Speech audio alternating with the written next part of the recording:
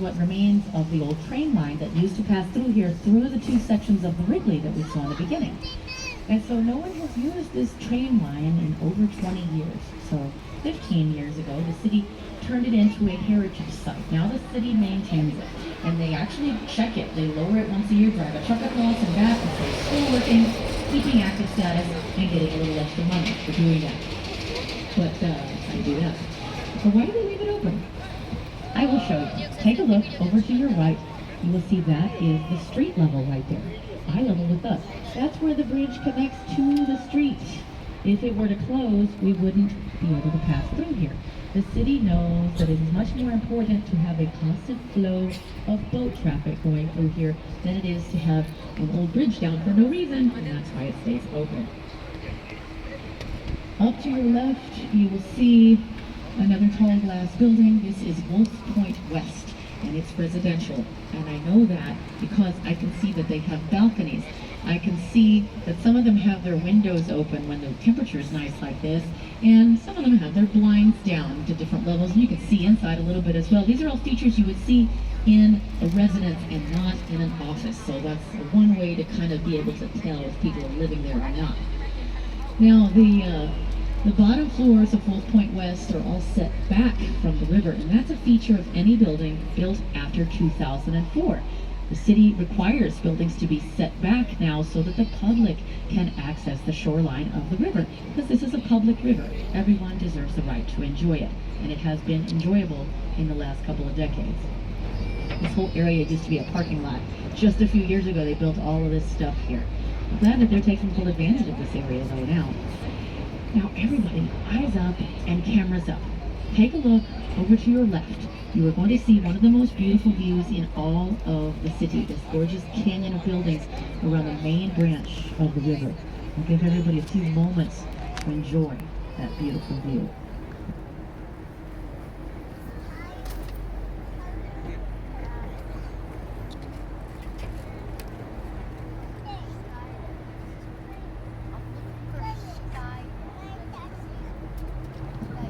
Now, back up to the right, you will see another tall glass tower.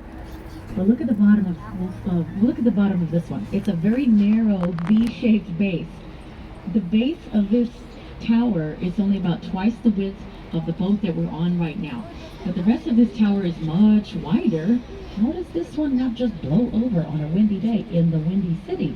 Well, they have caissons, which are steel and concrete columns, which extend throughout the building up to the top, to the roof, down to the bottom, and then down further to the bedrock. Large steel beams sticking up the side of it and outward, extending outward to cradle all of that weight. This creates a fun feature. It's a little bit hard to see at night, but you can see, if you look closely, you can see the reflection of our boats going by right there. Sometimes, if you get past the lights, you can even wave and see if you can find yourself up there. I can always find myself because I'm wearing bright neon orange. So, now, this tower also has 12 thousands of gallons of water near the top called slosh dampers, inertial slosh dampers. And what they do is whenever this building starts swaying a little bit, which is normal, the water in the tanks will slosh in the opposite direction to bring it to its center. All these buildings are designed to sway a little bit because it's better to balance the ground, and they all have methods used to keep that under control. Now the base of this next tower, you'll see three pointy V shapes, kind of similar to the last shape of the last one, because it's the same architect, Dutch Partners, and that's their unique style. You see large ridges going up and down the side of Bank of America. They were designed that way because they look nice, but they also help to break up wind currents to help minimize sway. And this unique shape allows each floor to have 14 corner offices because everybody that works here is very important, apparently. Continuing up on the left, you'll see a large throne-shaped Art Deco building. This is the Civic Opera House. The opera occupies about a third of its space and is behind the large flat space in the middle. Now look closely in the center of the flat space. You will see the comedy and tragedy faces of classical theater up there. below the faces, you can read the name of the building. It says Civic Opera Building. They didn't have spell check back then. It was very sad. No, they did it on purpose. So they were thinking classical, ancient Rome, spoke Latin, uses V's instead of U's, and that was their roundabout way of looking even more classical. Civic Opera Building opened its doors in the fall of 1929. Now, who remembers their history books? What happened that fall? Yeah, the stock market crash and the beginning of the Great Depression. And after that was World War II. And after that was recovering from World War II. So that meant that a very long period of time went by in which there was no demand for large, elaborate office buildings in major cities. So there was no slow, gradual evolution of styles during that time. And when they did finally start building again in the late 50s, nearly 30 years later, the new style that then emerged was completely different than anything anybody had ever seen before. It was a complete reboot, and this new style was called modernism. Up to your right, you see two examples. It's black box modernism. These are Gateway Centers 1 and 2 by Skidmore, Owings, and Merrill. The father of black box modernism was a German architect named Ludwig Mies van der Rohe. He always said, less is more. He lived through 2 world wars and a Great Depression, and that made him into a very practical man out of necessity. And so was his style. Very practical. No decorations, just glass and steel. But that meant fewer materials, cheaper, faster to produce, and that is just what everybody needed after that very long architectural drought. So this style became incredibly popular for many years to come, until people started getting a little bit tired of less is more. They started saying things like, less is a bore. Behind his back, they said, let's do something different and new and exciting. How about we make the next one white? So they decorated Gateway Center 3 in white, stone, and concrete. Baby steps. But the slow, gradual evolution of styles was back. They call this the international style of modernism because this style became popular all around the whole world. It got so popular that now you see it everywhere. It just looks kind of generic. Now, right next door to it, you'll see this little short building with 2 big X's on the outsides of it. I don't always talk about this building, but when I do, I like to call it the Dos Equis building. That's where they used to exchange commodities. So they designed it with a clear, wide open floor plan. Nothing to obstruct views for trading. No columns. The X's are holding up the rooftops on the outside. Nowadays, this one is home to a bakery right next door to a gym. Tough life choices for all those local employees nearby.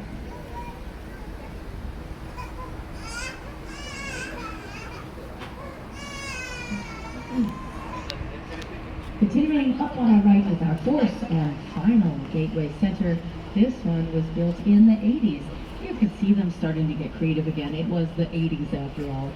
You can see the mirrored glass windows of contextualism bubbling outward to create a rippling effect as you go by, like the little waves of the river, its context. And the building curves inward right here to match the slight inward curve of the river right here. Now, Gateway Center 4 was also in a major movie called The Dark Knight. Perhaps you've heard of it. In the opening scene of Dark Knight, the Joker's men were positioned up near the top of this building, and they shot a cable across, which they used to zip line over Van Buren Street so that they could rob the bank of Gotham next door. If you watch that scene very carefully, you can actually catch a little glimpse of the Chicago River right here, and of me doing a tour on a river right here. No, not that right. I get a little carried away, but you do see lots of little bits of Chicago throughout those Batman movies and in many other movies as well. So this big, beautiful Art Deco building here to our right is our old main post office. When this was built, this was the largest post office in the world because Chicago was the mail order catalog capital of the world with all the big name retailers here, especially Sears. Yeah. And so they designed this big building with a big hole in the middle of it. CS student Because they knew eventually they were going to be building a 6-lane highway right through here. It's right through that hole on the other side. Very convenient for the post office, which served Chicago well for many decades. But eventually it was time to shut down in the 90s and it sat there abandoned, lights out for almost 30 years. Just a few years ago, some investors came in and they fixed it up, and as you can see, they opened it up. It's fancy new office spaces now. They opened them up at the very end of 2019. Not the best timing in the world to open up an office space, but their occupancy rate has slowly been going up since then, so it's a good investment. It just took them a while. Now, we are currently on the south branch of the Chicago River. We will continue south a few more blocks, and then we'll turn the boat around and head back up north and see more of the city from a different and beautiful perspective. If we were to continue floating a little bit further south, we'd pass through Chinatown, which is a beautiful neighborhood, the Plaza of the Zodiac in the center of it.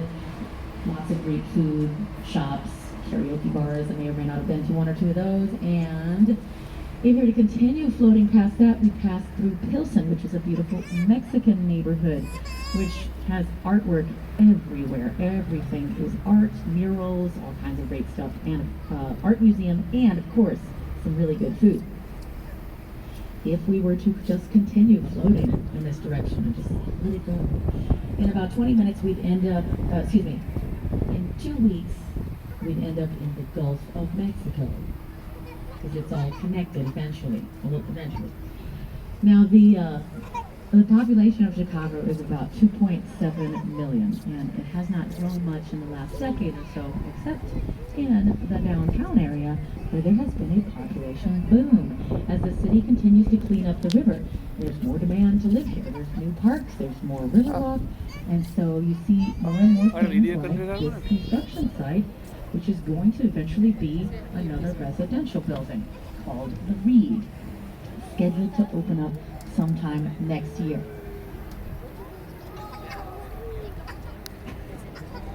Continuing past the Reed, you will see an S-shaped building. That is River City. River City was designed by Bertrand Goldberg, the same architect that designed Marina City, the Corncob Towers. Do you see the resemblance? Yes, a little bit. And so, believe it or not, this architect, Goldberg, was actually a student of Ludwig Mies van der Rohe, the black box architect from Germany. And Goldberg was not a fan of his professor's square style. They had plans to build an extension of this and have it snake up and down along here, but they ran into some sort of trouble in River City and never finished that project. We were left with just the one piece.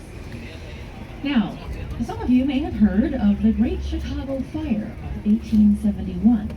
It actually started just a couple blocks off that way in what used to be a barn owned by an Irish Catholic immigrant named Mrs. Catherine O'Leary. The newspaper said that this fire started in Mrs. O'Leary's barn when her cow kicked over a lantern and set the barn on fire. And that fire spread quickly because there had been a drought going on and it was a windy day, and this caused fire tornadoes to form and jump across the river. The fire burned for 3 days straight, killing 300 people, destroying 18,000 buildings in the process, and leaving 100,000 people homeless, devastated, sad, and angry. And here's where the newspaper stepped in. They told that story, but they didn't know what started the fire because no one knew what started the fire. But the newspapers knew that the people were angry, so they gave them what they wanted. They just made up a scapegoat, someone to blame. Except in this case, it was more of a scape cow that they created. They created a vast cowspiracy that still persists to this day. Seems those journalists had some sort of beef with Mrs. Catherine O'Leary and her bovine friend. The things that they said about her were just utterly ridiculous, but they just kept milking that story for all it was worth. They said it was a cheesy story. They said only 2% of people would believe. But you know what? That's what I heard. But eventually, everybody did move on. And that is the story of the Great Chicago Fire. All right, thank you very much. Okay, so on that note, we are going to take another little pause right around here. I think we need it. How's everybody doing so far?